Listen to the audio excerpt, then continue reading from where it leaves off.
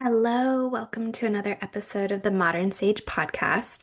Today we are continuing our conversation about the spring and cleansing, and we're going to dive into the topic of the Master Cleanse, which is one of my favorite cleanses to do during this time of year. And again, that goes to really helping to support the liver, which at this time of year needs support, is super ready and available to cleanse, and is essentially almost waiting for you to do so. And so this is a really cool way to do it. The reason I love the Master Cleanse, there's a lot. One of them is because it's so simple, cheap, and easy. So what I mean by that is it would be a minimum of 3 days. It's just water, lemon, maple syrup, and cayenne. And it's really simple preparation. You're just squeezing it and putting it all in a glass. So there's no cooking, there's no prepping, there's no special equipment that you need. It's not really expensive like juicing, which I love, juice cleanses as well, but that can be kind of pricey, or you have to have a really good quality cold pressed juicer. The Master Cleanse, anyone can do it. You want to really invest in quality ingredients. If you can invest in good quality water, that's spring water, or if it is filtered like reverse osmosis water, you're adding minerals back in. But then you get organic lemons, organic cayenne, and a really good quality maple syrup. You kind of just invest in those. But you're saving money because you're not buying other food for the 3 days. So even though you're like, oh my gosh, $20 of lemons or whatever it is, it's okay because you're not spending money on other things for those 3 days. Um, so anyway, I love the Master Cleanse. I want to again do a deep dive on it today and talk about all the things. So a little fun fact for me, as I've kind of navigated my way through holistic health, one just memory that I have of being a kid, was in the third grade. We were doing these reports on different organs in the body. So you had to pick an organ and then do a full report on it. And I remember the teacher was, doing some type of like pick a name out of a basket or something like that. And I remember watching, when I was younger, I could see the older classes doing this report, and everyone loved picking the bladder because the bladder was a really easy demonstration where you would get a balloon and you would like, I don't know, fill the balloon up and then like let the balloon go, and you're like, that's a bladder. And so every kid wanted the bladder. And I was like so excited. And then I picked the liver and I was like, oh, what do I do for that? That's not the bladder. I was very convinced I was going to get the bladder. How do I demonstrate that? So I started learning about the liver in third grade, which is so funny because it's like the organ that I love talking about the most. I think it definitely chose me. And so my demonstration of the liver was to get a pasta strainer, and then I could have easily just put pasta or rice or beans or something like that in it, but instead I decided to chop up, like dice a tomato. So I put the tomato in the strainer and then ran water through it and was trying to demonstrate that, the liver is a filter and it filters out stuff, and blah, blah, blah, blah. So that was my third grade demonstration of the liver and what it does for your health. So now fast forward to when I was, diving into Chinese medicine and, food and learning about health, toxicity, and oh my gosh, the liver is so important for all of this. And this is why our modern world gets so over toxified, because the liver is so congested, because there's so many toxins in our environment. And then if we're not cleansing our liver properly, then we are oversaturated with toxins. So supporting the liver is a really important thing. Going back just quickly to my previous episode, and of course, a bunch from the winter. We do want to make sure that we deeply nourish our bodies. So we cannot be cleansing all the time. That is too depleting to the body, especially the mineral elements of your body. We need to deeply nourish, and then when the spring comes, we can cleanse. I also made reference, I did a cleanse in January. So, yes, I would say that is not the right time to cleanse. However, it is this like pivotal transition time where everyone, is hopping on the bandwagon of New Year's resolutions. I think there's something to it in a way. There is, an element of shift and change during that time of year that's really important. But anyway, I did a master cleanse then. And it was much harder. It was like every day I was kind of trying to get through it. I did it even with a group of friends, and it was cool to see everyone's different I guess, interpretations of it and how it proliferated in their bodies. Everyone had a slightly different experience. And I would say if I were to do it again, I would truly, really try to get them to do it in the springtime because there were a few really good success stories, but others had a harder time. And I think that had everything to do with the energy. Like it just isn't the time to cleanse.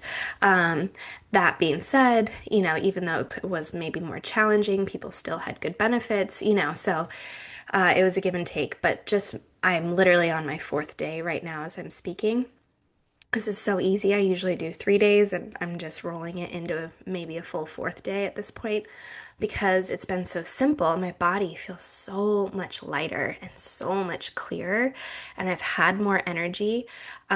So I've rolled it into a fourth day. But I just wanted to make that kind of note where spring and summer really are the times of year to eat lighter. And I mean that in the way of like more plants. That's the time if you want to be vegetarian or vegan or something like that, or I don't know, raw vegan or something.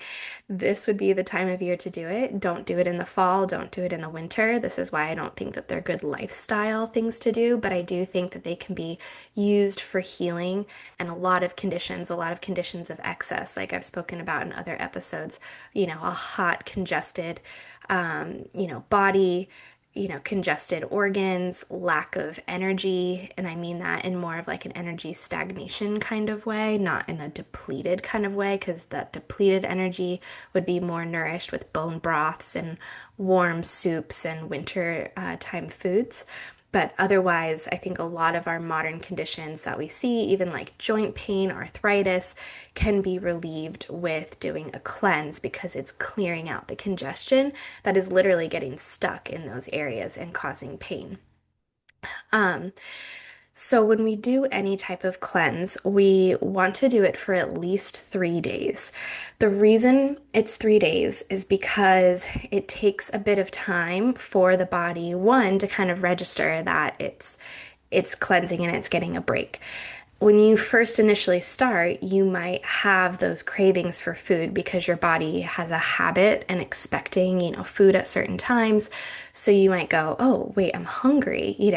The nice thing about the master cleanse is that the way that this lemonade that you make is, it is actually feeding your body. I'll get into that in a bit. But it takes a little bit of time for your body to kind of register, okay, I am, in this cleansing phase. I am going without, which means that I can start utilizing the energy that I have stored in the liver and in my fat cells. I can also start releasing. So it gives the liver this time and this space to cleanse because it says, oh, now I have nothing to do. I don't have to worry about digesting food. Digesting food is a really big time commitment and it has a lot going on. So if you stop digesting food, all of a sudden your body, your whole body, not just your liver, has time to fix things, right? All of a sudden, oh, I have this spare time. Let me go, fix that thing in my house that has been broken that I just keep ignoring because I'm so busy. Wait, now I can actually have the time to go fix it. So it's a very healing thing to do too, because it allows the body to heal and repair because it's not busy digesting food and doing other things. So there's so many things going on at once. So first day, can kind of be like that. Second day, that might be the day where you get the headaches or the those detoxification symptoms that you get, you can kind of get that on the second day. That's very normal. Headaches are very normal during this. I know it can be maybe unpleasant, but just know that that is actually, and any other like body aches or anything like that, sometimes it can almost feel like you're coming down with a cold. Sometimes if you get in a hot bath, that can help like relieve it because you're also, if you put Epsom salts or something like that in the bath, it can also help draw it out of your skin. But this is really normal. It doesn't always happen. I'm also going to say that you don't like, I didn't have any of that when I was this week when I was doing it. But if you do, it's very normal. It's okay. I promise you it will pass. And then the third day is your like, day.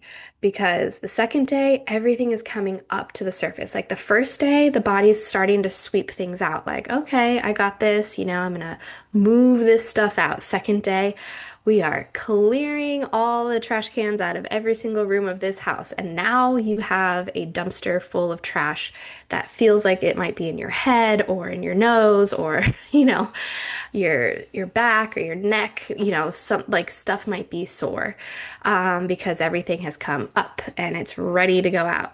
Then the third day, like, and I think a lot the second night, your body is really clearing stuff out. And the third day, you're like, oh, this is so great. Like, I actually have more energy than I had before. Like, do I do a fourth day? Do I keep going? And you can. People do master cleanses for a very long time, like, 20, 30 days, 12 days, 14 days. I think the longest I've done it is 5 days or something like that.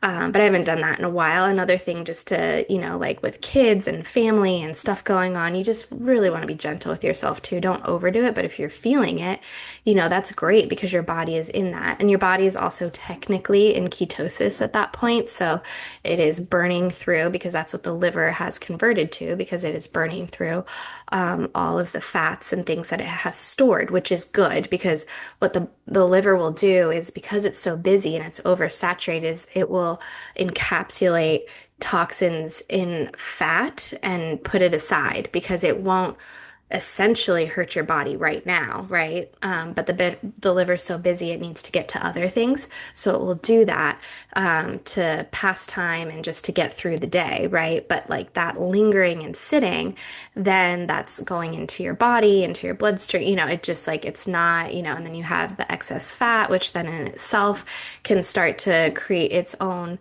even hormone cycle, excreting extra estrogen, things like that. It's a whole thing. So it just kind of starts to snowball on top of itself. So when we do this, we're allowing the liver to metabolize that fat and get it out of the body, get the toxins now have a place to go with that. So let's get into the actual what you are drinking and eating during these 3 days. Again, like I said, it's lemonade based. So it's mostly water with like, again, depending on, I usually make a liter at a time. So I do 3 full liters. If it's like a glass, like a, 8-ounce glass or something, you're doing like 6 of them a day.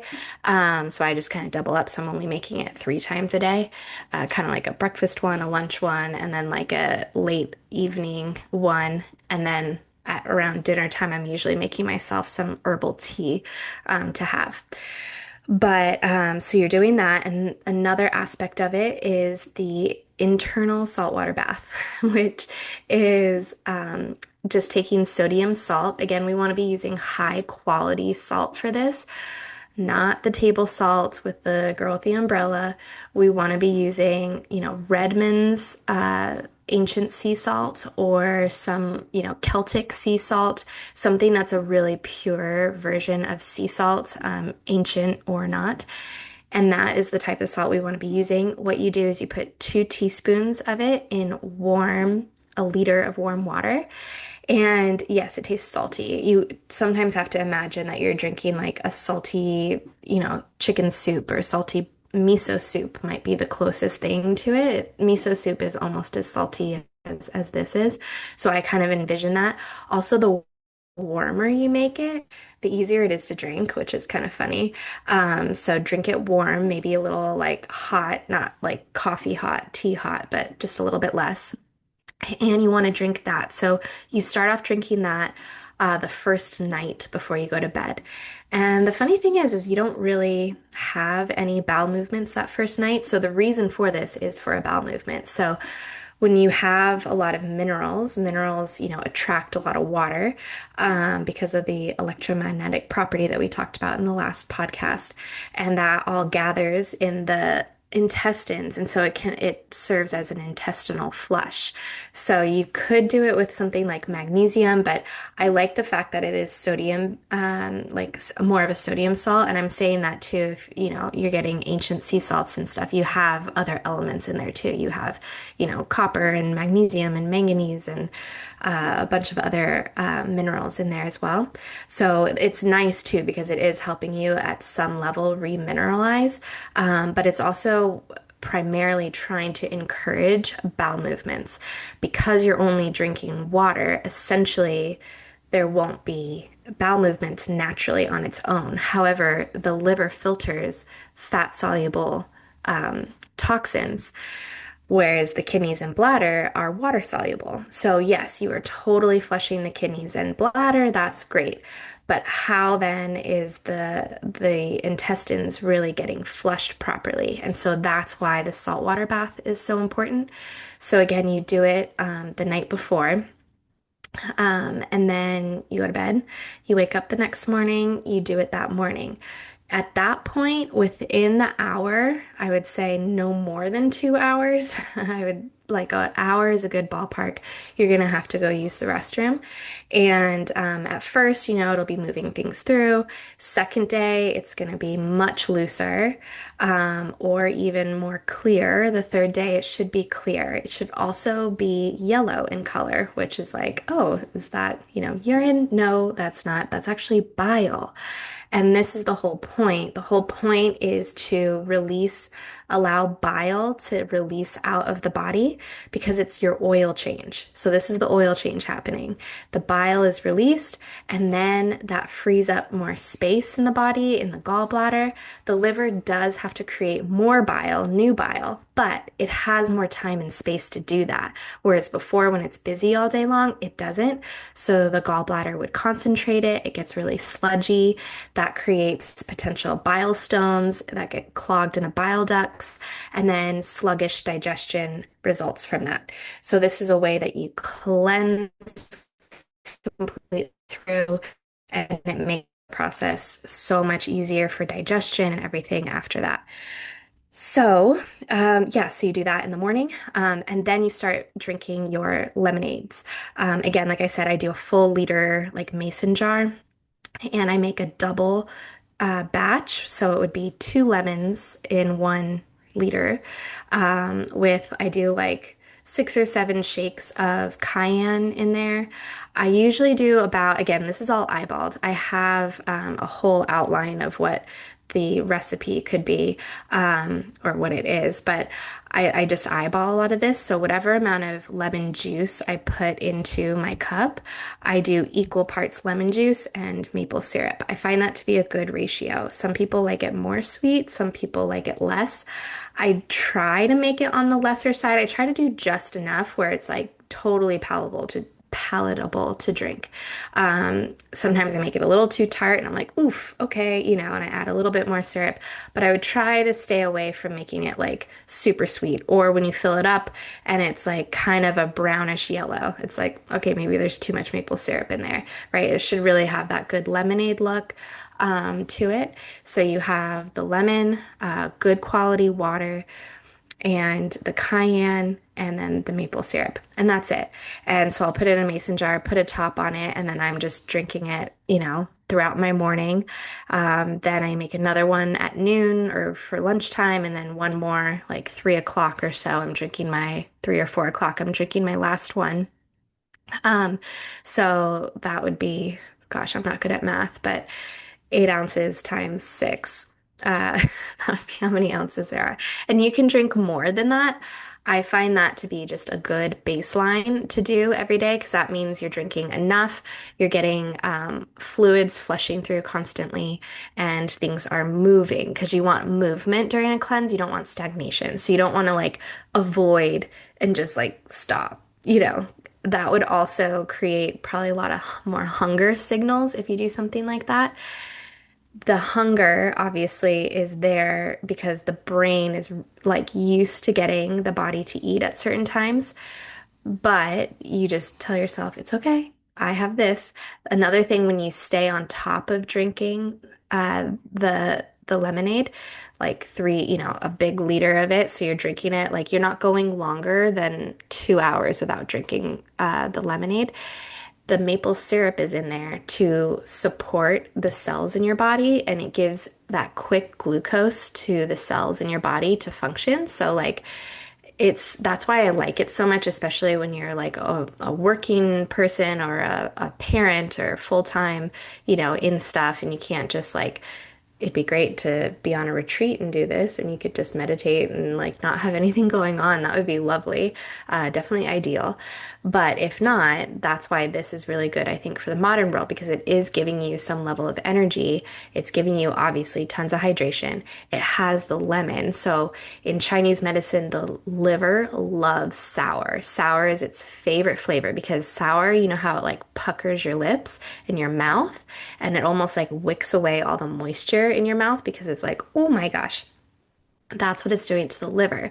It's like squeezing a sponge. The liver is contracting and it's allowing toxins to release, and it's allowing the liver to just start to almost purge itself in a really good way. So liver, like whenever you eat sour food, it's supporting your liver. So do this all the time. And in Chinese traditional cultures too, they are really into the five flavors. So, you have sour, bitter, sweet, pungent, spicy. I think those are the five. And you want to incorporate all five of those in every plate of food that you have, which is kind of like goes to when you think of like Japanese bento boxes, you see that style of eating where it's got something savory and something pickled and sour and, something like a grain that would be more sweet and, you know, um, some onions or something like that that's more pungent, and so you're eating all of these things at once, and the reason is because every single organ responds to flavor in a different way. For the liver it is sour, so this is why lemon is so good. It's also the color yellow, so looking at Ayurveda, the yellow color of the chakra is the solar plexus, which is right around your all of your organs, the core of your body around your tummy. And so that yellow color has the frequency and the vibration of the solar plexus. So what that means is that it would allow it to function optimally, to clear, to be in that like vibrant state, just through that color of the yellow. So yes, you could do it with oranges or limes, but it's a little bit different. I really think lemon is a good one. Then with the cayenne, the reason the cayenne is in there is for the warmth. And you'll notice when you go without food and you might be craving it or thinking about it or needing the comfort, or you start to learn a lot about yourself with food. Um, and again, it's only 3 days, so it's not that bad, but you recognize, oh, I eat food to calm my nervous system, or I eat food to when I'm stressed. I eat food because it's 6 o'clock and you eat dinner at this time. And if I'm not eating dinner, I'm kind of twiddling my thumbs, like, what do I do? It's 6 o'clock. Okay, maybe I go to bed. And so, yeah, go to bed earlier. That's a good idea. But the cayenne is a warming, of course, it's a warming spice.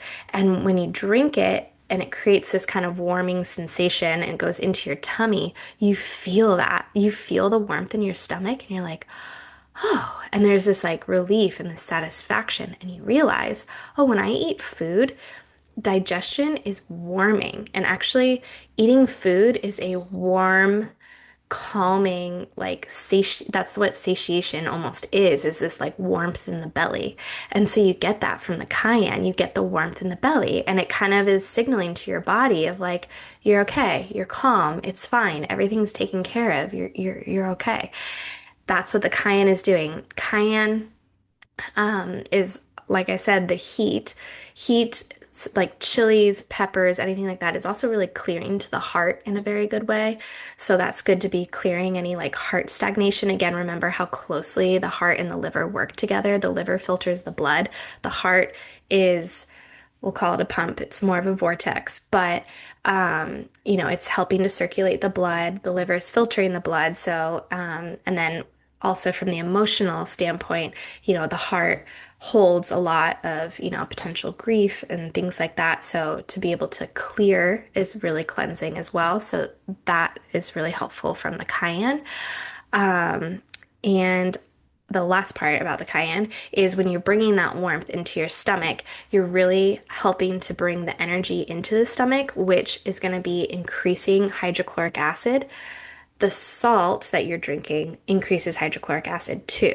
Sodium salt increases hydrochloric acid in the stomach, which might be contrary to what a lot of people think, but anyway, it really is. So this whole cleanse is not only clearing the liver to help your digestion, but it is stimulating your stomach and other digestive enzymes and fluids to start flowing much better than they used to and increase your stomach acid. Hydrochloric acid is, I think antacids are the number one over-the-counter drug that is bought in the United States because everyone thinks they have too much stomach acid. That is not true. If you had too much, like, stomach acid helps you digest food. So if you're having digestive issues, it's not because you have too much of it. It's because you don't have enough. Because you don't have enough, it's coming up and you're getting it in your esophagus and you're burping it up and you have indigestion and you have a lot of that movement. That is because there's actually not enough in there. So instead of suppressing it and making less, you want to increase it, completely opposite of what you're being told. I know it's hard. But that is the beauty of this cleanse too, is that it's clearing everything and then it's also increasing digestive fluids like hydrochloric acid in your stomach to digest. So, I feel like I'm just rattling it off right now.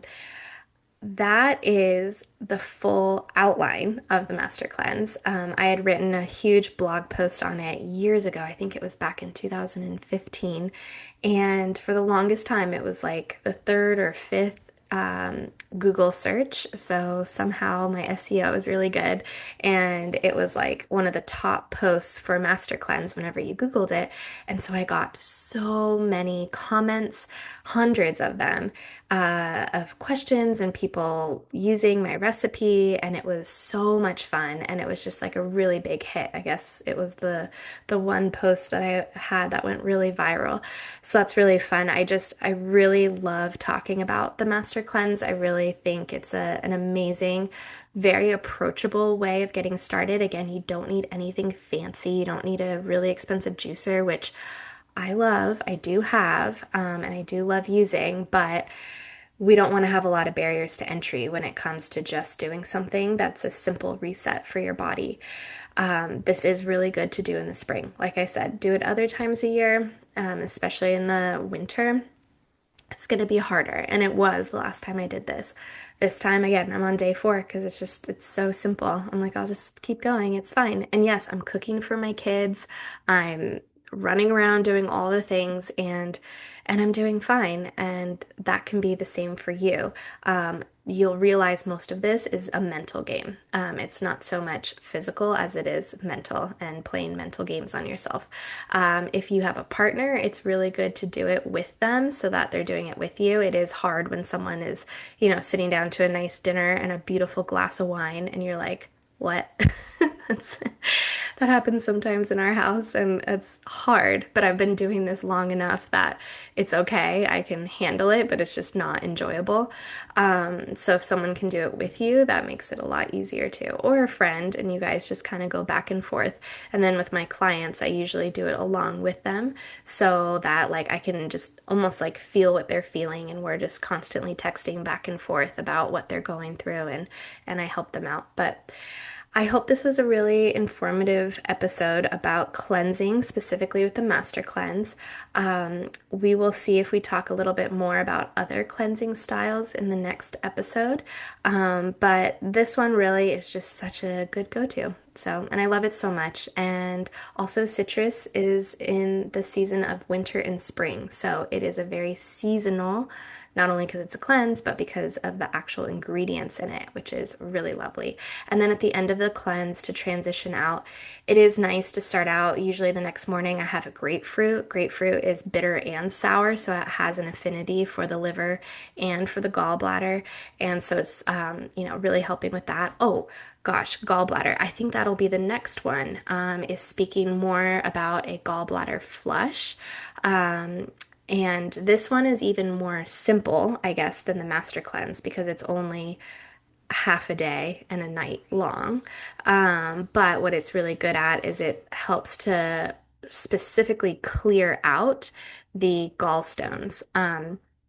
That gets stuck. So it's all the bile, like bile stones, that again are concentrated. Usually it has toxins that the liver wraps in bile, to protect you, and it doesn't have time to get rid of it. So then it will store it, and then sometimes it gets stuck in all the bile ducts, right, as gallstones. They're kind of greenish. Anyway, so you're able to do a gallbladder flush, and it's really gentle, and you can actually, it's really crazy, but you release all these gallstones, and you think, oh my gosh, the first time I did it, I think I released 3/4 of a cup, maybe a full cup of gallstones over the course of this. I know it's kind of intense, gnarly, but it's amazing. Again, think about your body as, getting an oil change, like it's clearing it out. And it's like, whoa, oh my gosh, I had these pounding headaches. I don't have headaches anymore. You realize how, my digestion, oh my gosh, it's so much smoother. I'm not holding on to water weight like I used to, or weight in general. It's like I can eat and like it's processing so much better. So these are all the benefits of cleansing. So I think that'll probably be the one that I'll do it on next time, is the gallbladder flush, which pairs really well with this one. But this is a good one just to kind of get started, doing 3 days. So thank you for joining me on the Modern Sage podcast, and I really hope you enjoyed it. If you liked it, please feel free to share it with your friends and family. Give it a review, and if you'd like to leave a comment, please do. If you've done a cleanse before, I'd love to hear about it. If you've done the master cleanse, I'd love to hear about it. Let's talk about it. So leave me a comment, and I will catch you next time on the Modern Sage podcast.